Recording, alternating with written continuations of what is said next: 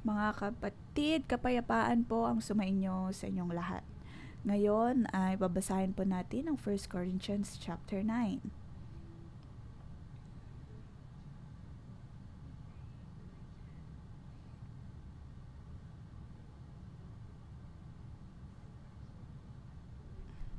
Ang chapter 8, 9, 10 ay isang napakalaking bahagi.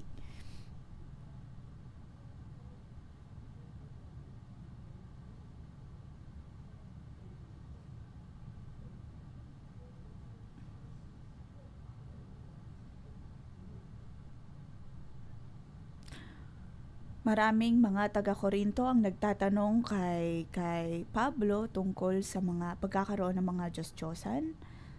Makikita po natin yun sa chapter 8 verse 1.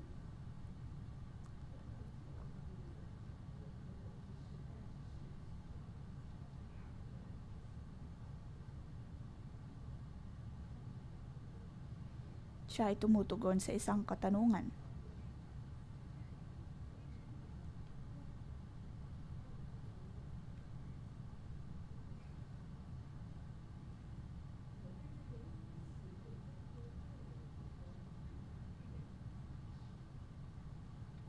Makikita natin dito na napaka-komplikado nito.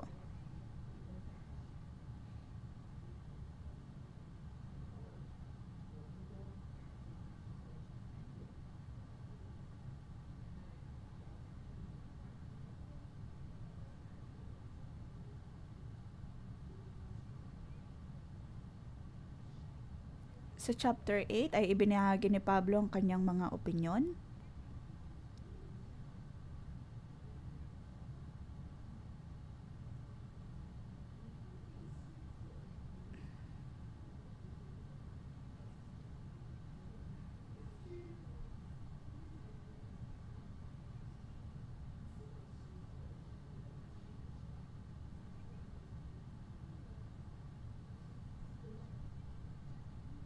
Siya ay nangungusap sa mga mananampalatayang hentil. Kanilang sinasabi na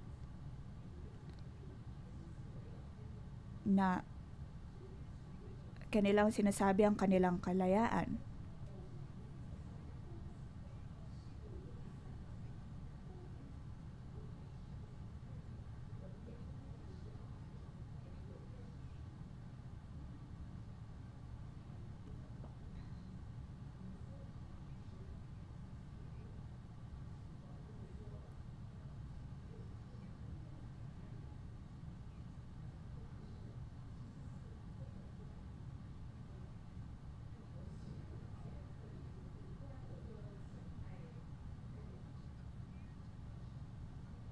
Hindi na po natin masyadong pag-uusapan ito dahil may iba pa tayong turo.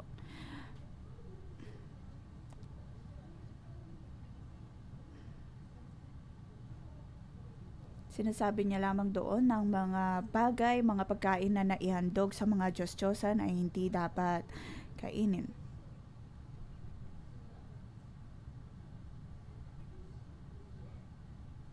Dahil iyon ay maaring marumi na.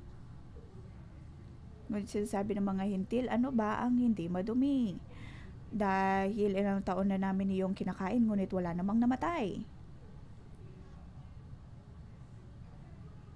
At sila ay nagdadahilan na wala namang namatay sa kanila, sila ay ayos lang.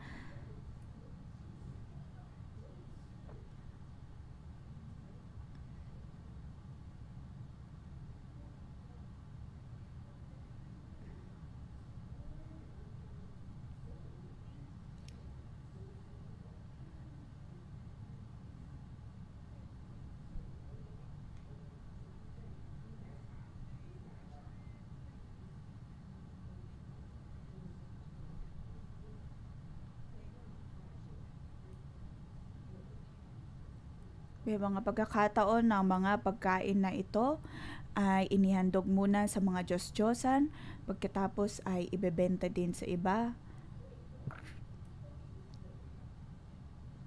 Kung kaya naman ang mga karne o mga pagkain na mayroon sila ay sinabihang madumi dahil dito.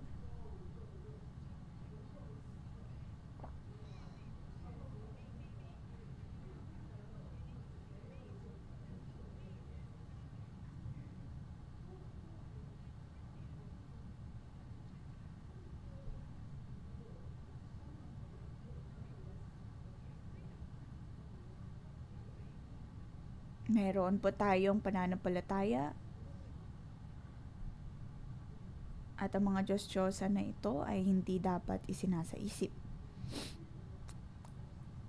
Ngunit hindi lamang po iyon tumutigil doon. Ano ang nais sabihin ni Pablo tungkol po dito?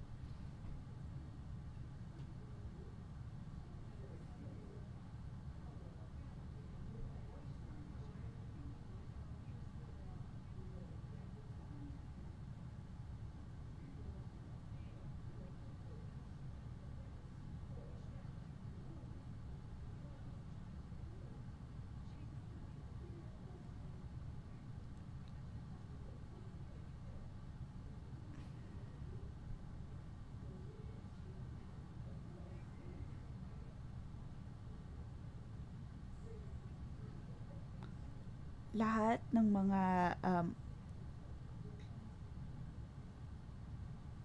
ito ay dapat na maisaisip.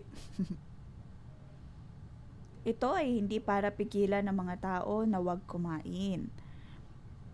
Bagkus ay ang tamang pag-alala na ang mga pagkain ito ay naihandog muna sa mga Diyos-Diyosan.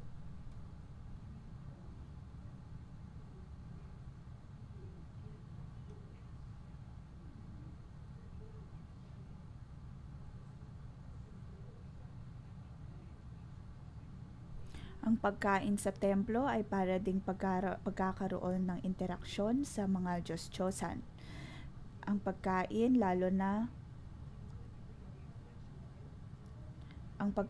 lalo na sa mga handog na naihain sa mga Diyos-Diyosan ay para na ring pagkakaroon ng ugnayan sa mga Diyos-Diyosan. Sa templo ay mayroon din pong mga immoralidad.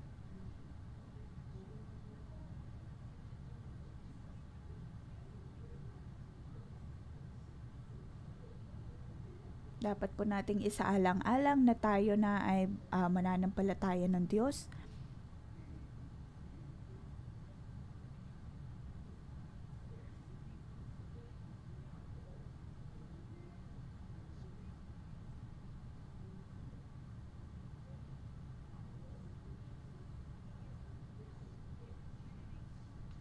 Kaya naman para kay Pablo ay kanyang pinipigilan ng mga tao na kumain sa templong iyon.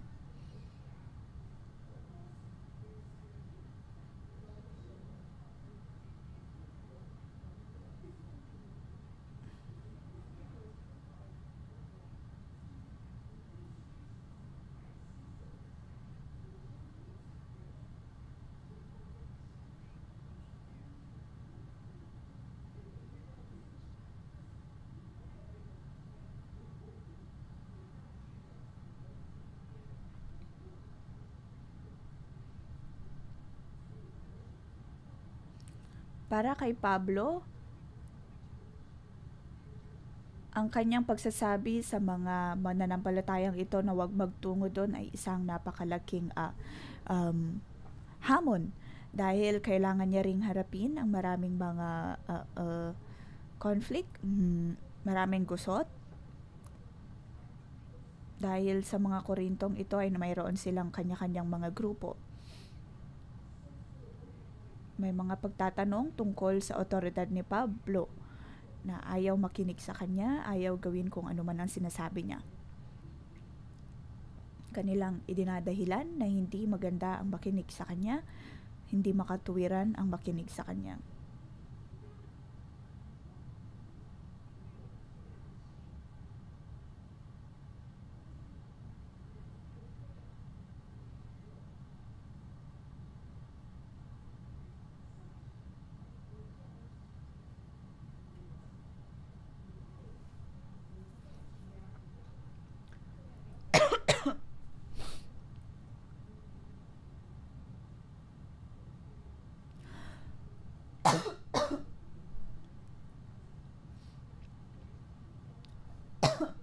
Kung tutuusin sa Macau noon, ng malala pa, lalo na ang sugal, ang paggamit ng casino, sila ay mayroong mas matataas na sahod, mas mataas na pera. At kung hindi ka makikipag-ugnayan sa kanila, at maghahanap ng ibang trabaho, maaaring ang iyong puhunan o kaya ang iyong kikitain ay mas kaunti.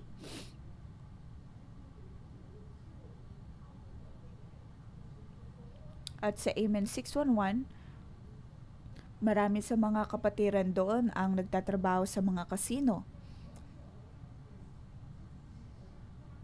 At napakahirap na sabihin sa kanila na wag magtungo sa ganoong uri ng trabaho. Dahil kung tutuusin ay mas marami nga namang pera, mas malaki ang kikitain kung sa mga ganoong iglesia sila ganoong trabaho sila magtungo. At ito ay napakalaking hamon na sabihin sa kanila na wag magtrabaho sa ganong industriya. At ganitong problema din ang kinakaharap ni Pablo. Ito ay hamon para sa buong iglesia.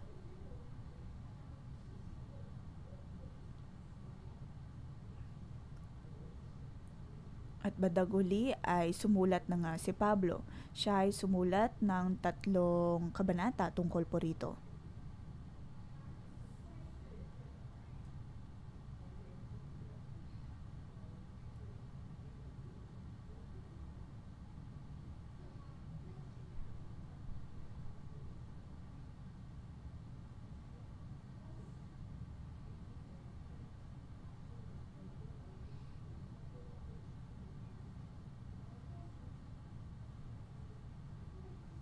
Marami sa mga Kristiyano noon, mga Hentil man o kaya ay mga Hudyo,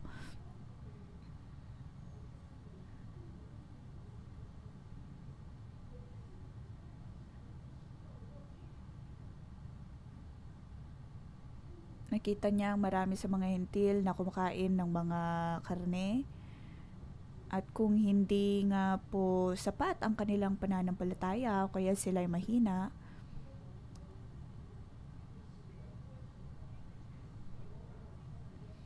naroon ang pagtatanong, ikaw ay cell leader, ikaw ay bagong mananampalataya lamang, susunod na lamang ako.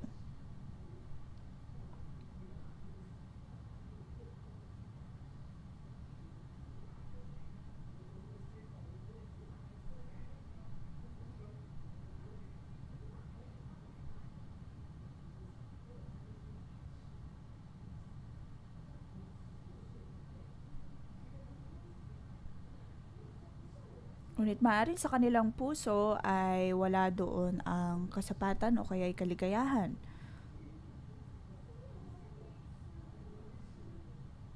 Sa mga panahon ni Pablo, may mga maaaring nagsasabi na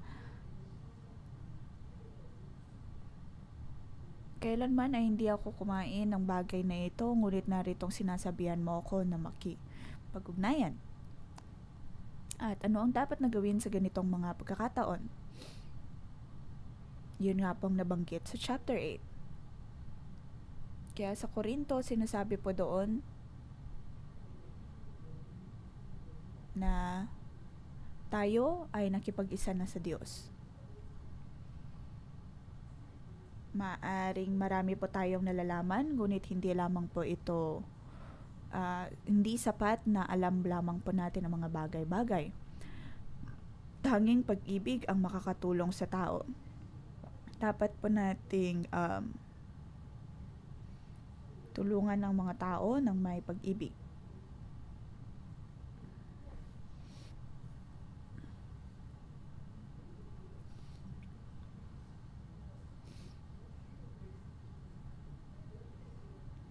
Para sa mga mananampalataya,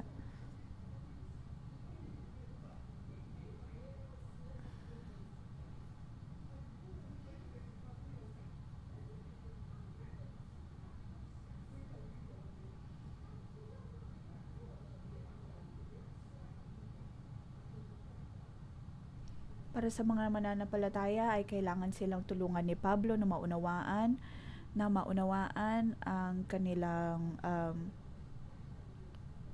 ang kanilang prinsipyo pagdating sa bagay na ito.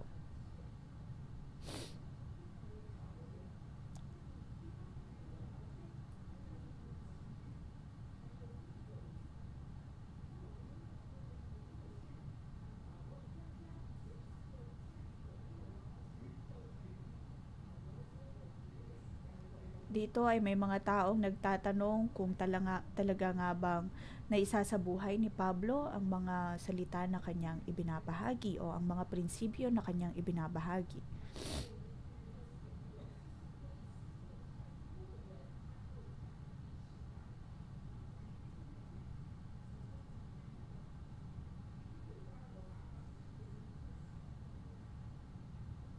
At ngayon nga sa chapter 9 ay hahatin po natin ito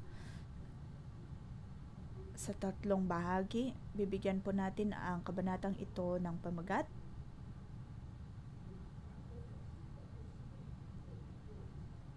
Kahit ano pa mang gawin natin ay dahil sa ebanghelyo o kaya salita ng Diyos.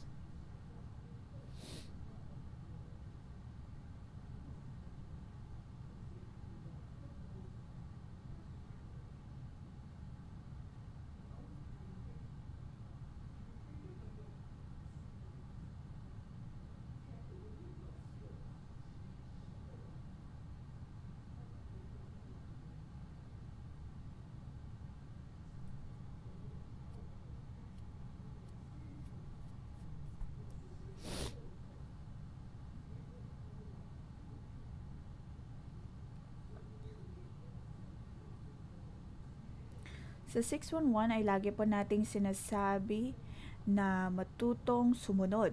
Kahit ano mang gawin natin ay dapat po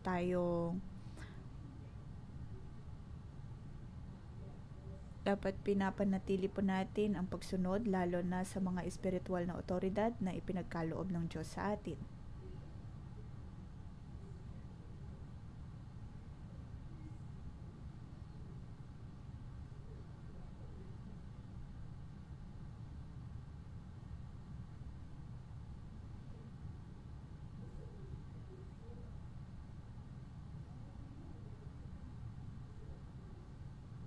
Nakikita ko na marami sa ating mga branch churches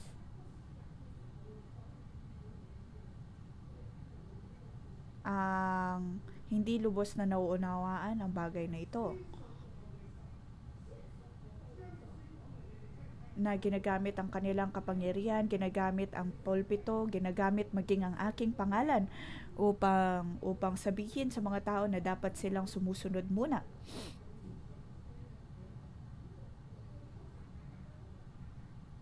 At kung ako man ay naroon sa iglesyang iyon, paniguradong tatakbo ako sa harapan nila at sasabihin na hindi ganoon ang pagtuturo ng bagay na iyon.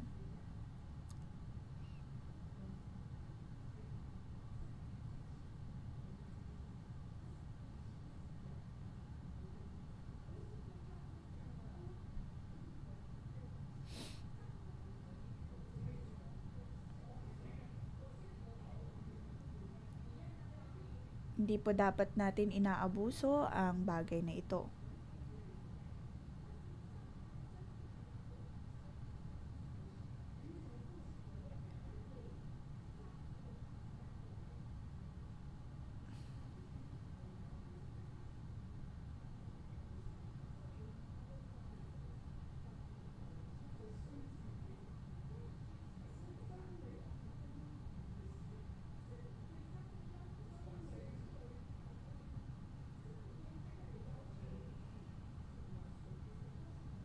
Dapat na mayroong iisang katotohanan na dating pinanghahawakan.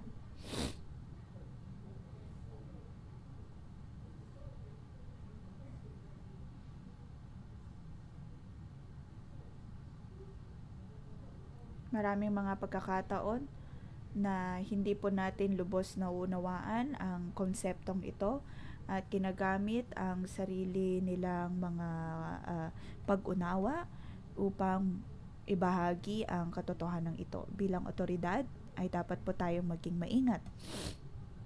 Una ay dapat po tayong sumunod sa banal na espiritu upang makatanggap ng revelasyon mula sa Kanya.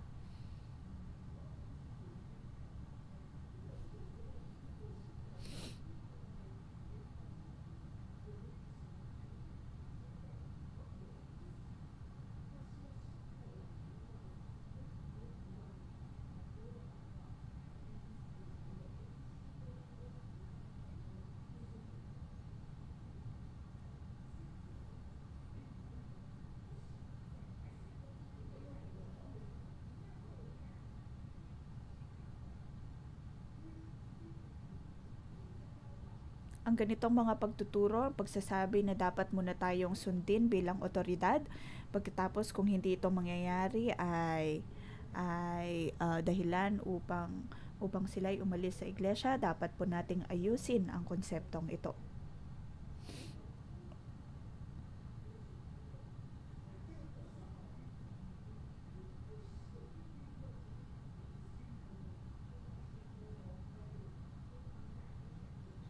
Dapat matuto po tayong mabuhay ayon sa katotohanan na itinuturo ng Diyos.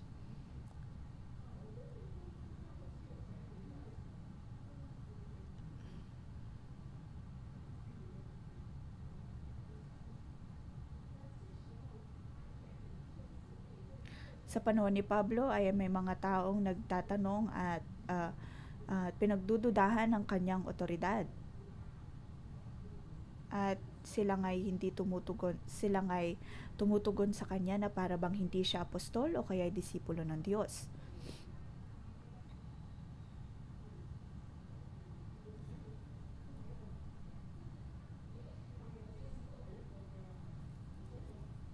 Kung tutuusin, ang kanyang pagiging single ay isang problema.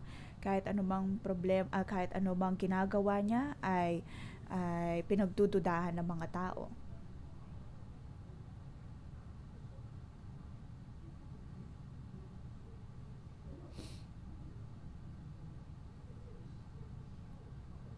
Kaya naman sa pagkakataong iyon, ano ang ginawa ni Pablo upang panghawakan ang kanyang otoridad?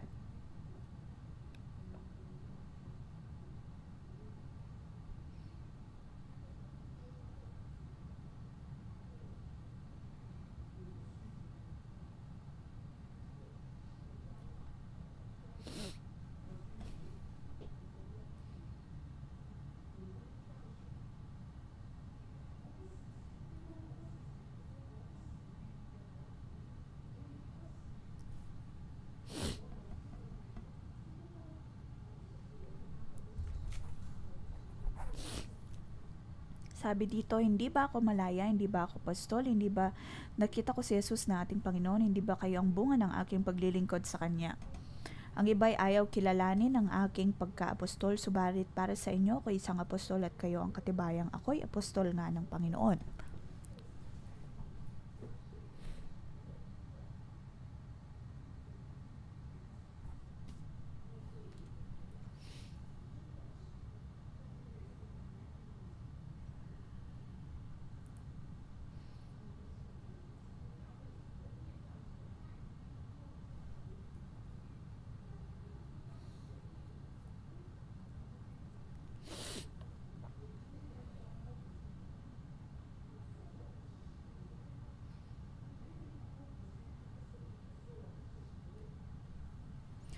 Naroon ang pagtatanong kung siya nga ba ay apostol.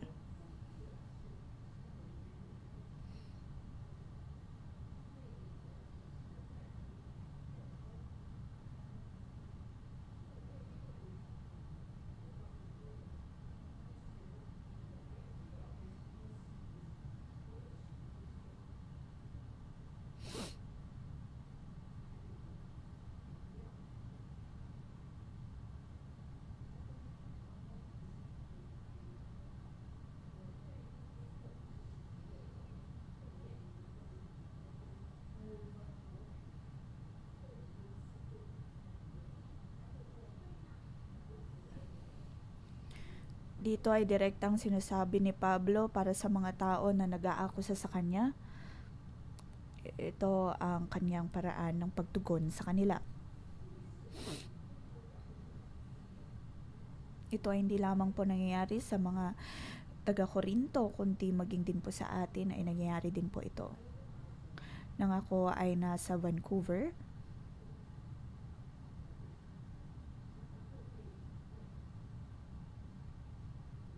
maraming pagkakataon na ako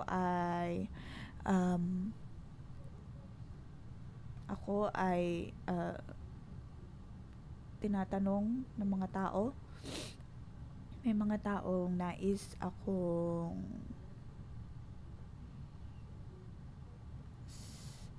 nais na tanungin ang aking pagkakatawag.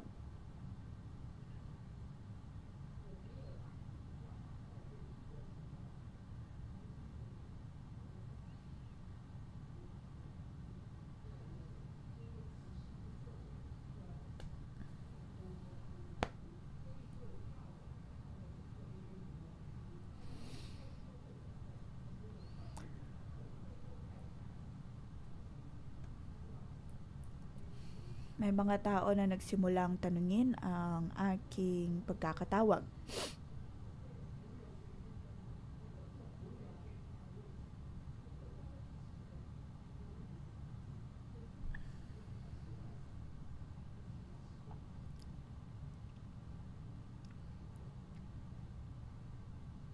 Hindi madali ang mga pagkakataong ito para sa akin. Nang ako ay unang dumating sa 611 Church, sa pagharap ko ng mga bagay na ito, hinarap maging ang issue ng pag-aasawa.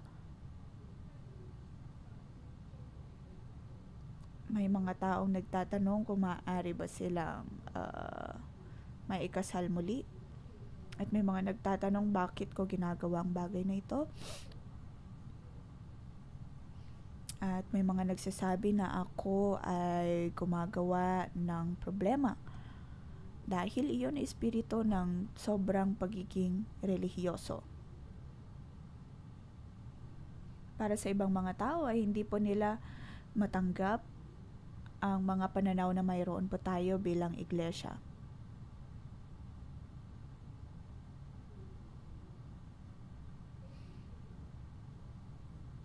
Sa pagharap po natin ng mga pagtatanong na ito, ngunit ako ay nagpapasalamat na tayo ay patuloy na lumalakad ayon sa katotohanan, hindi po natin kailangang matakot.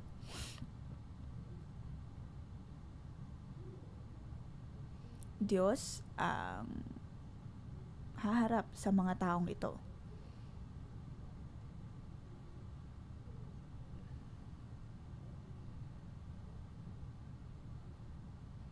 Kailangan lamang po nating manindigan sa katotohanan at patuloy natin naharapin kung ano ang itunuturo, ano ang katotohanan. Kahit din po sa pagharap ng social movement ay nakaharap po tayo ng mga gusot. Ngunit nananatili po tayong tumatayo sa kung anong totoo ayon sa salita ng Diyos.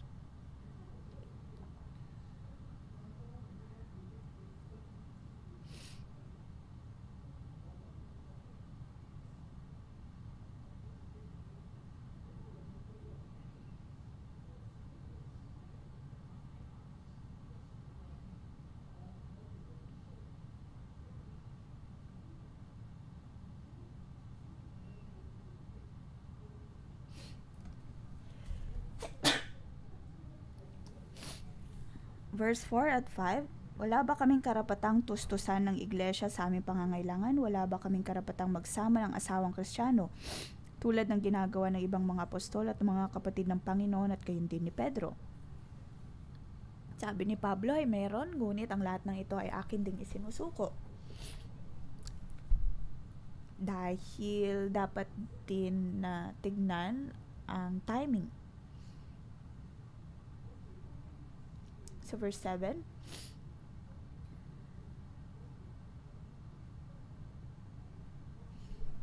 ang kawal ba ang gagastos para sa kanyang sariling pangangailangan habang naglilingkod siya? Sinong tao nagtatanim ng ubas at di nakikinabang sa mga bunga nito? Sinong pastol ang nag-aalaga ng tupa at di nakikinabang sa gatas nito? Ang sinasabi ko ay hindi nababatay sa kaisipan lamang ng tao, ganun din ang sinasabi ng kautusan, sapagkat nasusulat sa kautusan ni Moises, huwag mong bubusalan ng bibig ng baka habang ito'y gumigiik. Mga baka nga kaya ang inaalala ng Diyos? Hindi ba tayo ang tinutukoy niya alang-alang sa atin, kaya iyon isinulat, sapagkat ang magsasakang nag-aararo at ang naghiwalay ng mga butil sa uhay gumagawa sa pag-asang may kaparte sila sa anihin. Ito po ay para po sa atin.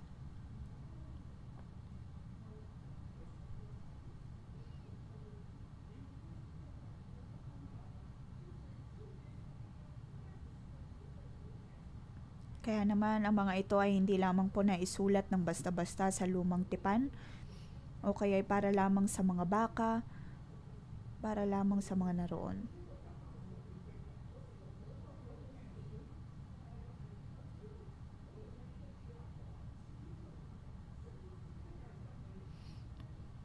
Ang mga bagay na ito ay katotohanan at base sa salita ng Diyos.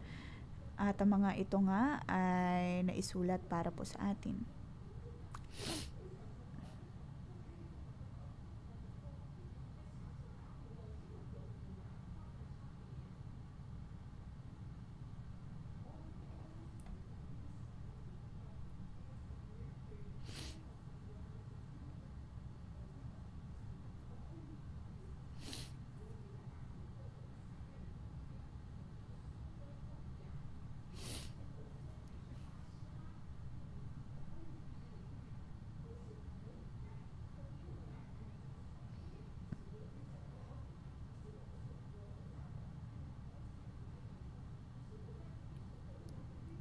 Dito ay binabahagi ni Pablo sa kanila na maaari niya silang tulungan at mayroon siyang karapatan na humingi ng tulong sa kanila dahil siya ang nagtaguyod sa kanila.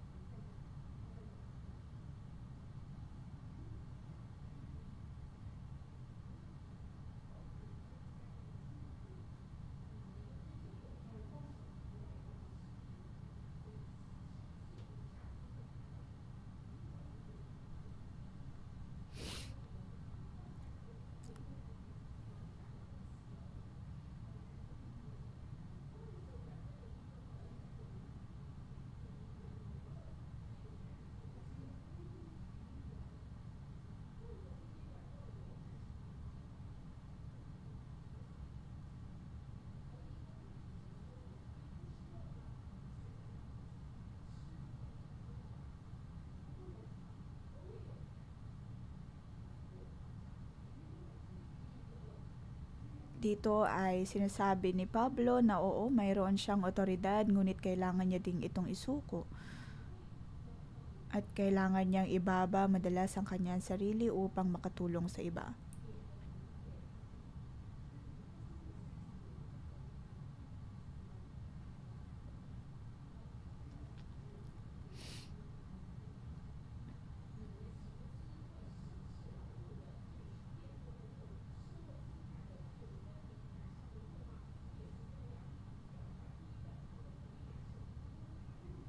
Sa parehong paraan ay tinutulungan ng Diyos ang mga nag nagsasalita o kaya ay nagproklama ng salita ng Diyos na ang kanilang otoridad ay nagmumula sa Kanya.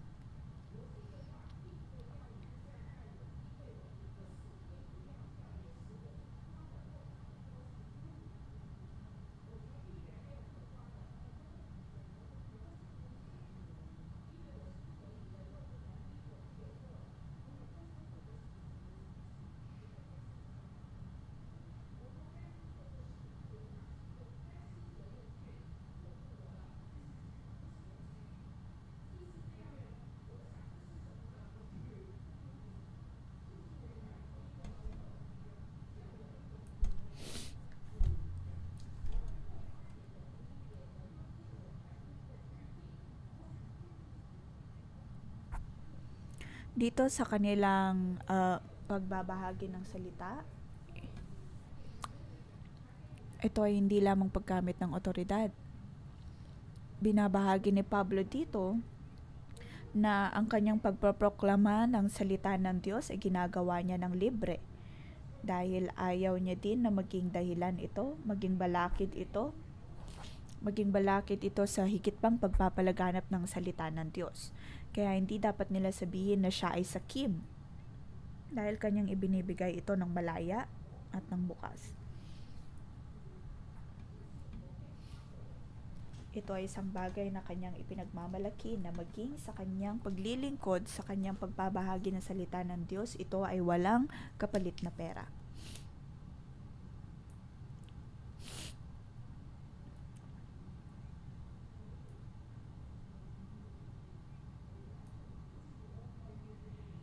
Ngayon ay tinatanong ni Pablo ang mga tao na tulad ba niya ay handa ba silang isuko ang kanilang sarili o kaya ibabang kanilang sarili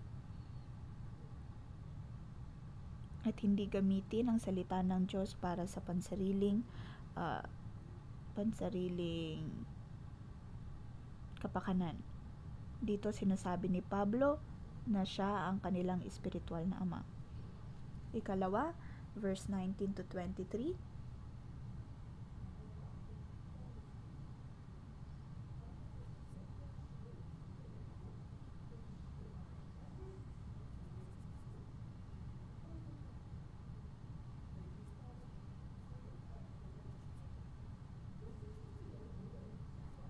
Verse 19 at verse 20, malaya ako at di alipin ninuman, ngunit nagpapalipin ako sa lahat upang makahikayat ako ng mas marami sa Panginoon.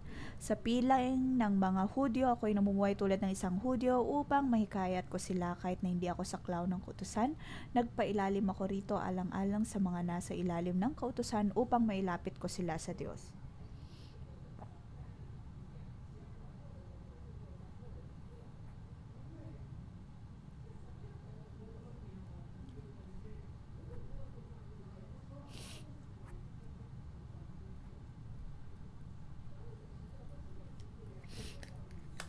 Verse 23, ginagawa ko ang lahat ng ito alang-alang sa magandang balita upang makabahagi ako sa mga pagpapala nito. Dito sinasabi ni Pablo na kung siya man, ang nais niya man ay ang mahikayat ang mga tao, hindi. Ang kanyang pagbabahagi, kung ano man ang kanyang matanggap, ay hindi mahalaga.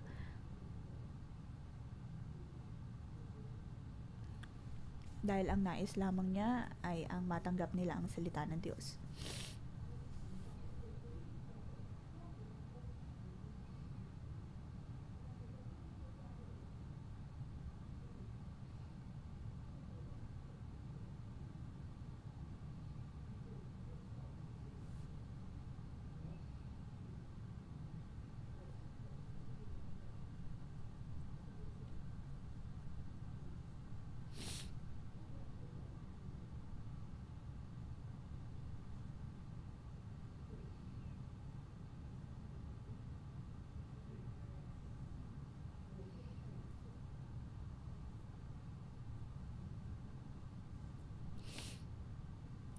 Makikita po natin dito na kung ang ating buhay ay nakasentro sa Diyos, sa kanyang salita, ay magiging handa po tayo na ibabang ating sarili.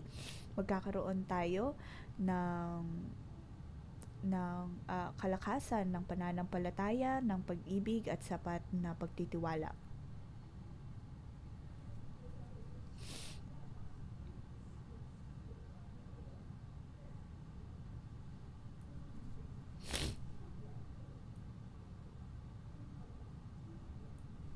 Ang mga mahina ay dapat higit pang maging mahina at dapat na mabuhay sa katotohanan.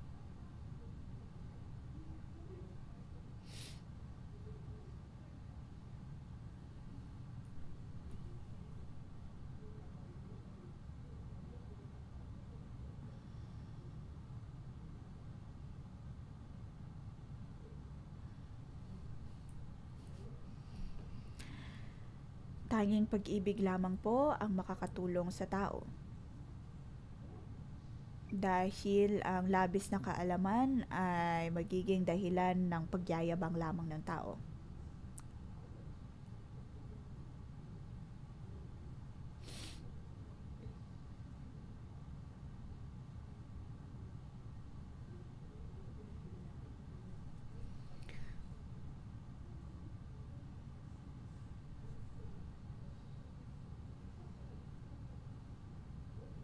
Dapat po ng ating buhay ay maging ah, tulad pa ng sa puno ng buhay.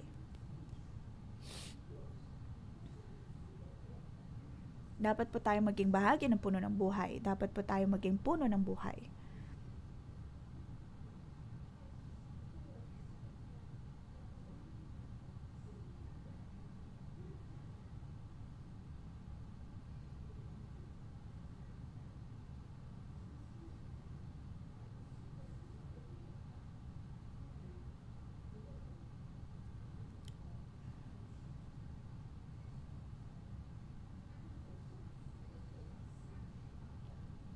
Ang mga tao na hindi nananampalataya sa salita ng Diyos ay hindi magkakaroon ng bahagi sa puno ng buhay. Tayong lahat mga kapatid ay mga pinili ng Diyos na maging puno ng buhay. Dapat po tayo maging bahagi ng puno ng buhay. Kahit anuman pong gawin natin, dapat po nating sampalatayanan na tayo ay mga maharlikang pari na tinawag ng Diyos.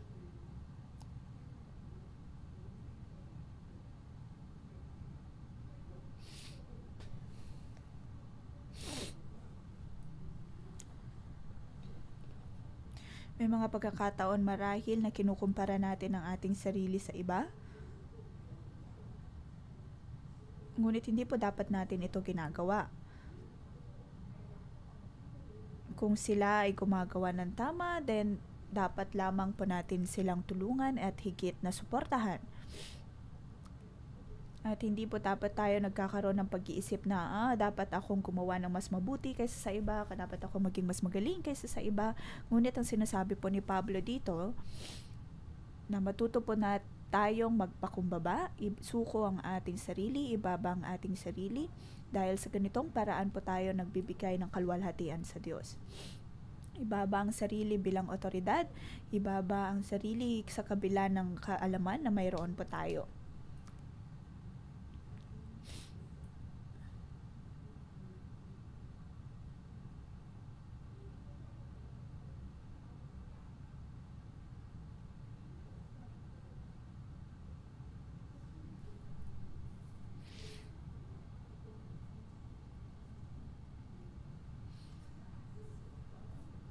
Alam ni Pablo ang naiisip ng mga taga-Korinto.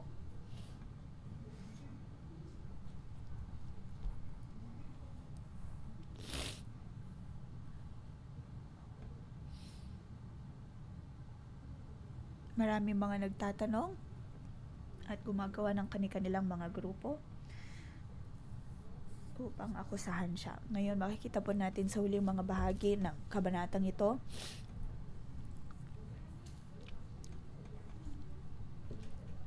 sinabi niya dito, hindi ako tumatakbo ng walang patutungan at hindi ako sumusuntok sa hangin. Subalit sinasanay ko at sinusupil ang aking katawan upang sa gayon hindi ako maalis sa paligsahan pagkatapos kong mangaral sa iba. Gawin po natin itong halimbawa. Ngayon, kung nais po talaga natin na matanggap ang ating nararapat na gantimpala, dapat po nating sanayin ang ating sarili. May mga pagkakataon na kahit na bilang otoridad ay may mga bagay na dapat po tayong isuko at ibaba. Tulad ni Pablo. Naway tulungan po tayo ng Diyos. Amin pong panalangin ng bawat kapatirang narito ay maging mga puno ng buhay, handang isuko ang sarili para sa kaluwalhatian ng Diyos. Hallelujah. Mga kapatid, tayo pong lahat ay tumayo at atin pong purihin ang Diyos. Panginoon, kami nagpapasalamat sa iyo. Ikaw ay mabuti, ikaw ay karapat-dapat sa bawat naming papuri. Maraming salamat o Diyos sa pamamagitan ng iyong salita, kami ay magkakaroon ng kalayaan.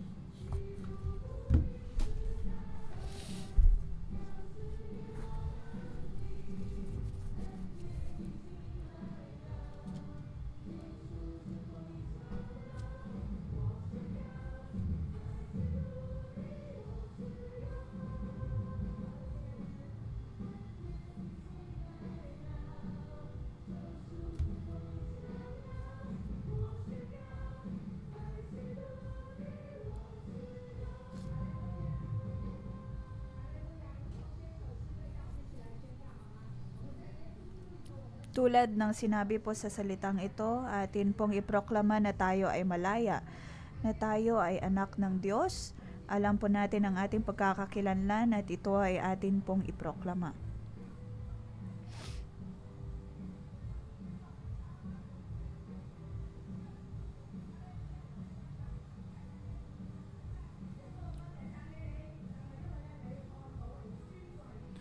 Panginoong Hesus, amin pong ipinoproklama na kami nga ay mahalaga sa iyo. Ikaw ay nasa aming mga puso at sa aming pagharap ng mga problema sa kabila ng mga pag-atake ng iba, ngunit sa tulong mo, O Diyos, kami ay magiging malaya, kami ay napalwalhati mo na. Panginoon, maraming salamat na ikaw ay aming mapapupurihan.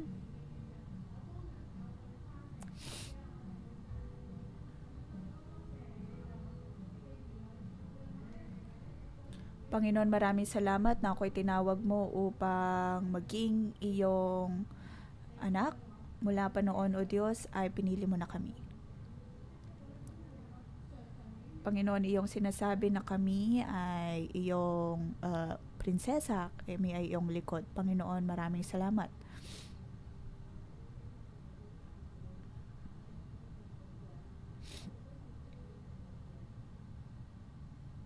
Panginoon, maraming salamat dahil kami ay makapaglilingkod sa iyo.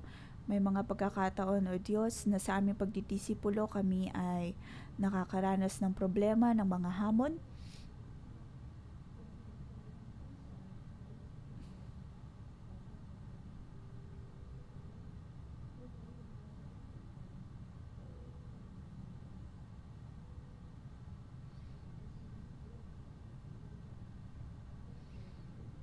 Ngayon, nais kong ipanalangin ang mga cell leader o kaya ikaw ay boss, ikaw ay supervisor, ikaw ay magulang na sa iyong paggamit ng iyong buhay upang magdisipulo ng iba. May mga pagkakataon na ikaw ay hindi nila nauunawaan o kaya ay umaabot din sa punto na naroon ng pagtatanong sa iyong otoridad. Nais ko na ilagay niyo ang inyong kamay sa inyong mga puso.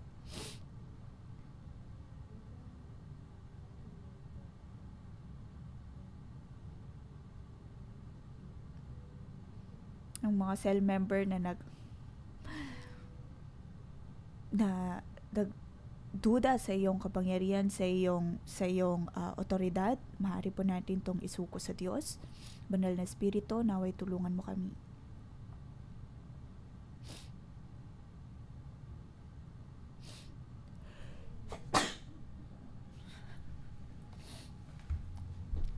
Panginoon, aming isinusuko ang aming mga kapamilya, ang aming mga cell members sa iyo. Panginoon, kami ay dumudulog sa iyo bilang otoridad. Napakahirap ng gampanin na ito.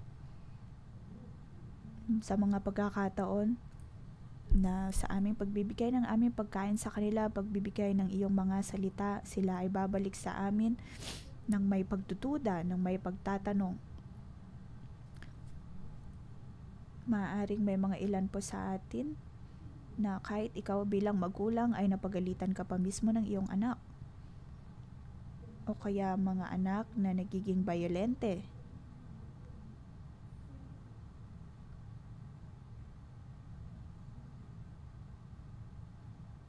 Panginoon, ang amin pong mga puso ay nahihirapan at nasasaktan. Ngunit, O Diyos, kami ay dumutulog sa iyo at dumadaing sa iyo. Panginoon, naway ang iyong kagalingan ang siyang tumulong sa amin.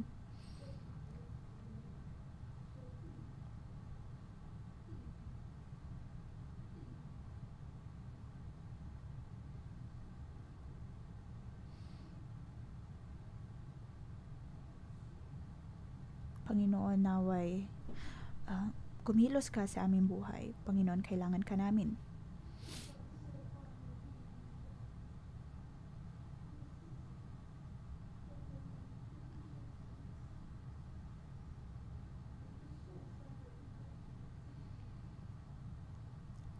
Panginoon, narito ang bawat kapatiran na nasaktan at napahirapan.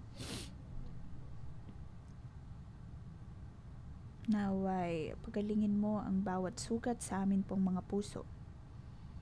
Mga kapatid, sa atin pong pagtingin sa krus. Sa aming pagharap sa iyo, O Diyos, ang lahat ng ito ay mapapagaling.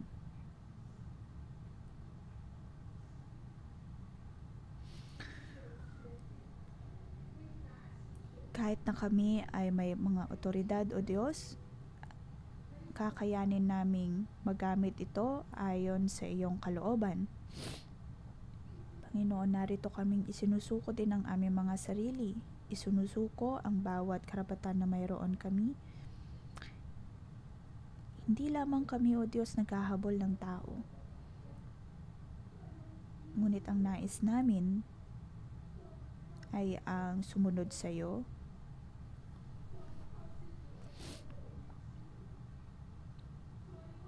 Na Panginoon, sa aming pagtulog sa iyo, kami ay mapapagaling.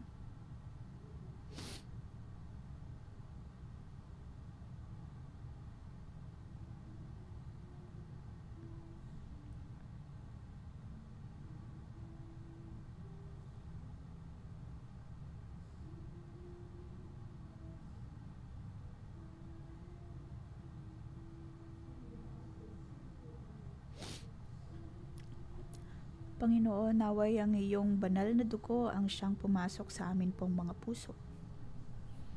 At magpabago sa aming espiritu, sa aming puso.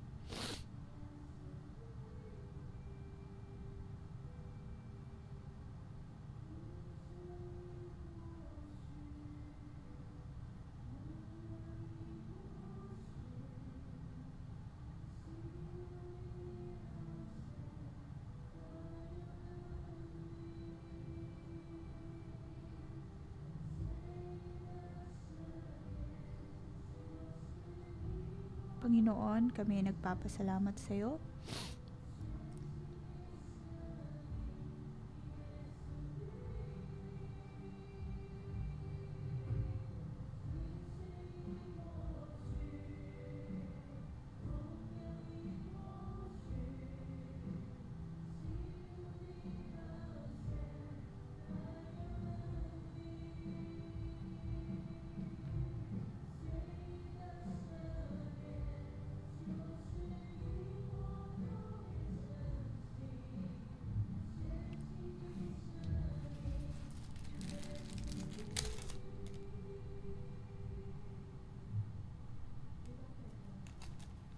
Panginoon, kami ay nagpapasalamat sa iyo.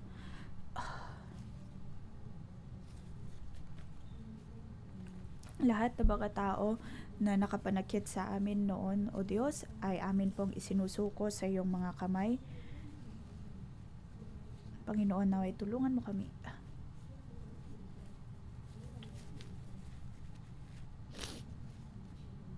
Upang aming mapalawak pa ang aming kapasidad, O Diyos. Naway tulungan mo kami, Panginoon. Tulungan mo kami na hindi husgahan ang mga taong aming sinasakupan. Ngunit bigyan mo lamang kami, O Diyos, ng kapangyarihan at ng sapat na pasensya. Dahil ang nais din namin, O Diyos, ay ang tanggapin sila.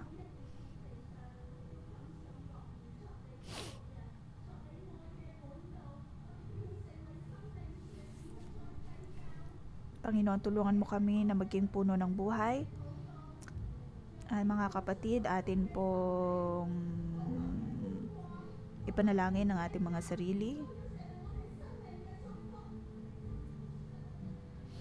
Katulad ni Pablo, naway piliin natin na huwag manghusga. Bagkus ay dumulog sa Diyos na may pagpapakumbaba at gawin ang paglilingkod ng may pagpapakumbaba. Panginoon, tulungan mo kami.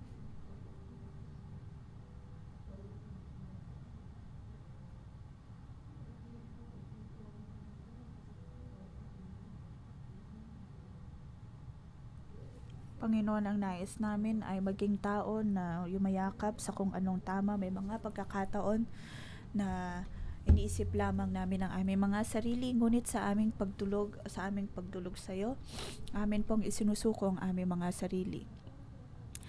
Panginoon, dahil sa iyo ay nagkaroon kami ng panibagong buhay. Dahil sa iyo, O Diyos, kami ay napapanatag. At dahil sa iyo, O Diyos, kami nagkakaroon ng kalakasan na gawin ng kalooban mo.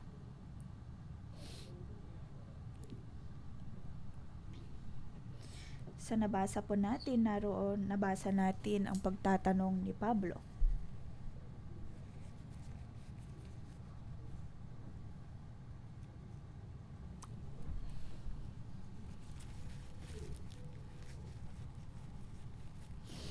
May mga pagkakataon na ang atin pong mga iglesia ay nakikirapan at hindi natutuwa sa kanilang paglilingkod.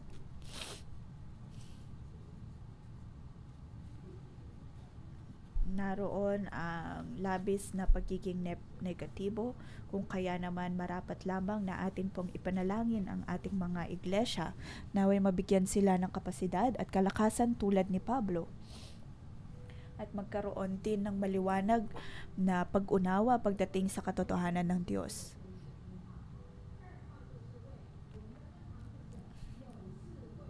Ikalawa ay ipanalangin din po natin ang mga pastor sa bawat sangay na sila ay magkaroon ng sapat na dunong kung kailan nila gagamitin o sa anong paraan nila gagamitin ang kanilang kapangyarihan.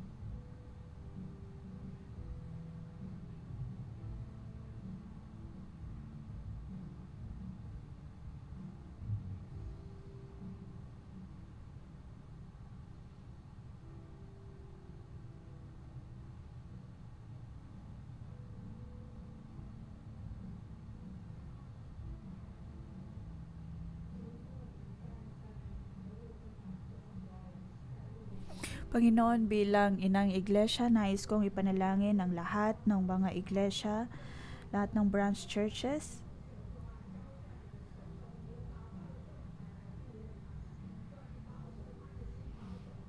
Panginoon, naway protektahan mo ang kanilang mga puso, bigyan sila ng kalakasan, bigyan ng espiritu tulad ni Pablo. Tulungan mo sila, O Diyos, upang sila ay magkaroon din ng kalakasan at maunawaan ang kanilang pangangailangan.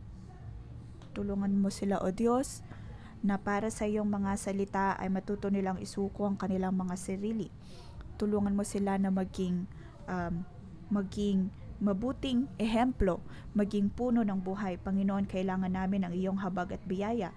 Tulungan mo kami, O Diyos, na magkaroon kami ng kalakasan bilang iyong mga lingkod at maging otoridad na umaas para sa iyo. Panginoon, amin pong ipinapanalangin ang bawat branch church na nandito, bawat branch church ng iglesyang ito. Naway ang iyong espiritu ang siyang magpalakas sa kanilang mga buhay. Magkaroon sila ng buhay na ayon sa katotohanan at ang kapasidad ng tulad ng kay Pablo ay kanilang maisabuhay. At magkaroon ng mas malalim pang koneksyon sa iglesyang ito at kanilang maunawaan na sila ay minamahal at tinatanggap.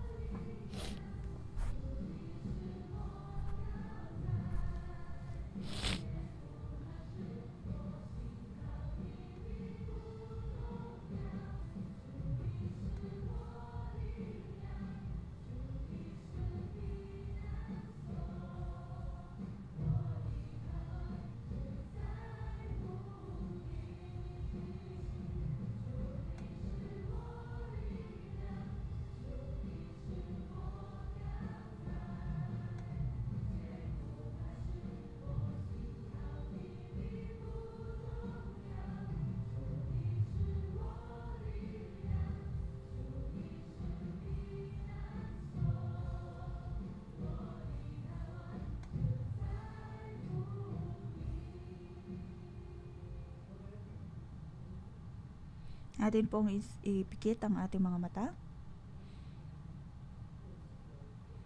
Naway magkaroon tayo ng kalayaan, ng pagpipigil, ng pag-ibig at pagtitiwala.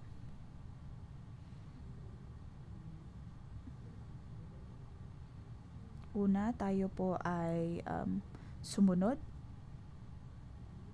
bago makatanggap, magkaroon ng habag, ng katotohanan. Panginoon, nilagay mo ang mga pangunahing prinsipyo na ito sa aming mga puso upang kami magkaroon ng mas malalim na ugnayan sa iba. Tulad ni Pablo, magkaroon ng pag-ibig sa mga taga-Korinto. Kahit na siya ay hindi naunawaan, kahit na siya ay laging tinatanong o kaya inaatake sa loob ng iglesia. Pagkatapos ay hindi tinatanggap ang kanyang mga pagtuturo. Ngunit naroon na pinili pa rin ni Pablo na mahalin siya hanggang bandang huli. At naging handa pa lalo na sa paglilingkod palalo sa kanila.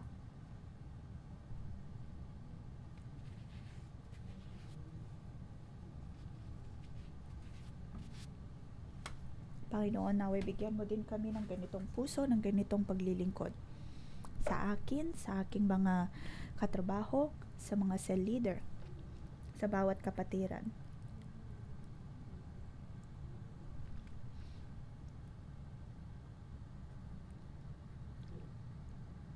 Na bilang iyong mga lingkod, O Diyos, magkaroon kami ng ganitong uri ng pag-ibig. Bawat kapatiran sa kanilang mga tahanan, sa kanilang pinagtatrabahuan, sila ay tetestigo para sa iyo at magkaroon ng ganitong uri ng pag-ibig sa iyo.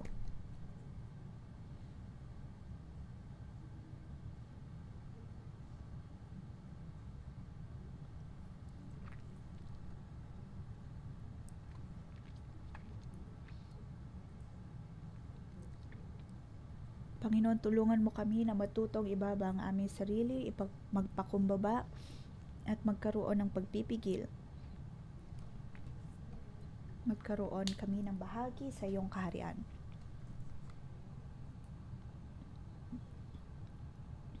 Matanggap, Panginoon, ang iyong kaharian. Kahit ano pa mang bagay, O Diyos, na mayroon ka.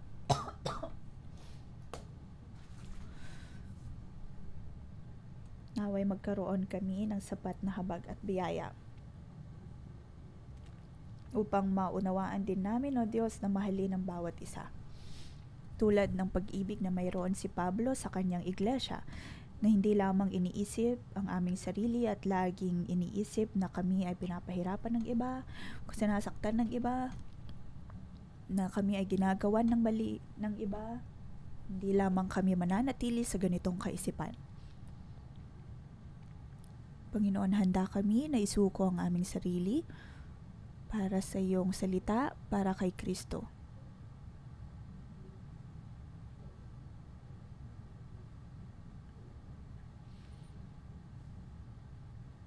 Para sa Diyos at para sa Ebanghelyo niya, Panginoon, kami ay higit pang mapagpapala at magkakaroon ng mas malawak na kapasidad.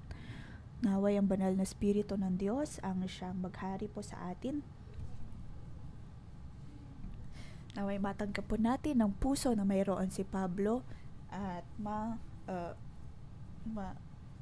mapagtagumpayan ang bawat hamon. Magkaroon ng kalayaan, magkaroon ng pagpipigil, magkaroon ng pag-ibig, magkaroon ng pagtitiwala sa Diyos.